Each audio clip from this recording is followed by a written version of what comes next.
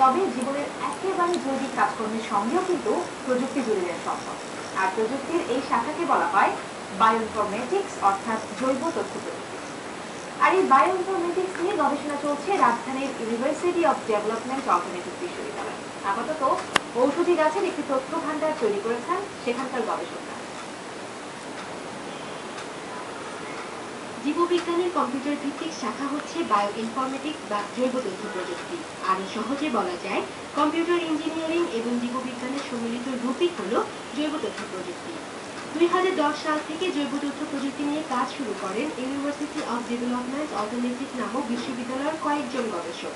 কম্পিউটারের মেডিকেল এবং পশু সংক্রান্ত তথ্য সংগ্রহ, সংরক্ষণ এবং প্রয়োজনে সেগুলোর ব্যবহার নিয়ে কাজ করে বায়ো ইনফরমেটিক্স। এর লক্ষ্য হলো জৈবনিক প্রক্রিয়াগুলো আরো ভালো করে বোঝা, ঔষধি গাছের প্রক্রিয়াকরণ, ব্যবহার বিধি ও মানুষের জন্য কোন ধরনের ওষুধ প্রযোজ্য তা বের করে আনা। আর তা সম্ভব হলে রোগের চিকিৎসা খুঁজে পেতে খুব একটা অপেক্ষা করতে হবে না। মেডিসিনাল প্ল্যান্টগুলো যদি আমরা ইমপ্রুভ করতে পারি আরো, এবং তাদের প্রক্রিয়াকরণ এবং তাদের ব্যবহার বিধি এবং সুনির্দিষ্ট মানুষের জন্য ব্যবহৃত হতে পারে, তাহলে কিন্তু আমাদের অনেক রোগের হাত থেকে আমরা। এদেশে প্রায় 5,500 প্রজাতির গাছের মধ্যে 700 প্রজাতি হলো ঔষধি গাছ। শত শত বছর ধরে এসব ঔষধি গাছ নিয়ে কাজ করে আসছেন কবিরাজরা। তুমি জানো না তোমার কাছ থেকে কত গাছ পড়ে আছে ঔষধি, তুমি ভাবতেছো, কিন্তু ওটা যে তোমার ঔষধি গাছ তুমি নিজেও জানবে যে কবিরাজ যে নাকি মানে এই লাইনে যারা হাঁটতেছে তারাই বুঝতে পারবে যে গাছটা। গত 4 বছর যাবৎ কবিরাজদের সঙ্গে নিয়ে এসব ঔষধি গাছের গুণাগুণ পরীক্ষা নিরীক্ষা করে দেখছেন বায়ো ইনফরমেটিক্স গবেষকরা।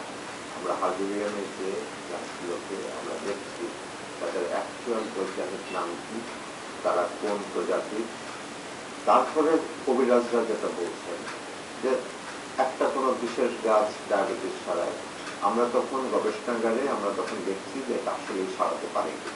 এদিকে যেসব গাছ হারিয়ে যেতে বসেছে সেসব গাছের টিস্যু কালচার করে তার সংরক্ষণেরও কাজ করছে ইউডা বিশ্ববিদ্যালয়। এটা যে টিস্যু কালচারের জন্য মেইনলি যে জিনিসটাকে, যদিও শুনতে এটা খুব ভয়াবহ মনে হয়, কিন্তু এটাতে কিন্তু খুব বিরাট বিরাট ইকুইপমেন্ট লাগে না। একটা যেটা লাগে যে স্টেরাইল একটা কম্পোনেন্ট লাগে, যে যেটার মধ্যে আমরা কালচারটা করলে কোনো রকম কন্টামিনেশন না হয়। সেখানে ইউভি লাইট দিয়ে মানে ওটাকে এক্সপোজ করে রাখলে ওই চেম্বারটাকে, ওইখানে কোনো ব্যাকটেরিয়া বা কোনো মাইক্রোঅর্গানিজম গ্রো করতে পারে না। বায়ো ইনফরমেটিক্স নিয়ে গবেষণা এখনো প্রাথমিক পর্যায়েই আছে। এই নিয়ে আরো বড় মাপের গবেষণা চালিয়ে গেলে বাংলাদেশে ওষুধ শিল্প নিঃসন্দেহে এগিয়ে যাবে আরো বহুদূর। একটি যুগ কিংবা একটি কালকে জয় করতে পারে একটি গল্প, আর সেটাই প্রমাণ করেছে ইংরেজি ঔপন্যাসিক জেন অস্টিনের প্রাইড অ্যান্ড প্রেজুডিস। এবছর 20 শতবর্ষ পার করেছে বইটি, আর এই উপলক্ষে